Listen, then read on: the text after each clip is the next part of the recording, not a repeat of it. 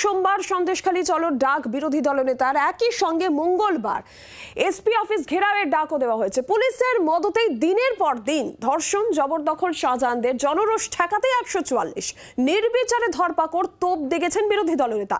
আইনের শাসন নেই, শাসকের আইনেই সন্ত্রস্ত সন্দেশখালী। কড়া তোপের পর গ্রাউন্ড জিরোয় প্রতিবাদেরও ব্লু প্রিন্ট শুভেন্দুর। কালকের মধ্যে পরিস্থিতি স্বাভাবিক, নয়তো সোমবার 144 ভেঙেই এলাকায় চ্যালেঞ্জ বিরোধী দলনেতার।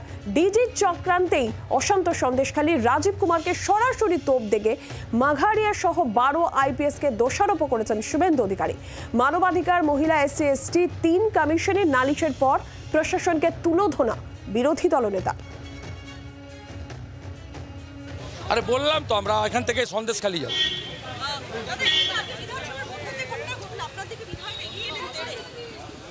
ও যেমন কুকুর তেমন মুগুর। ও চোর বলেছে, আমি বলেছি তোর বাপ। আমাদের মহিলা মোর্চা, যুব মোর্চা তারাও পথে নামতে চলেছে। আমরা ভারতীয় জনতা পার্টির এমএলএরা সোমবার দিন অ্যাসেম্বলিতে জড়ো হয়ে 144 ভাঙার জন্য সন্দেশখালী যাব। আমরা রাজ্যপালকে 24 ঘন্টা টাইম দিয়ে গেলাম।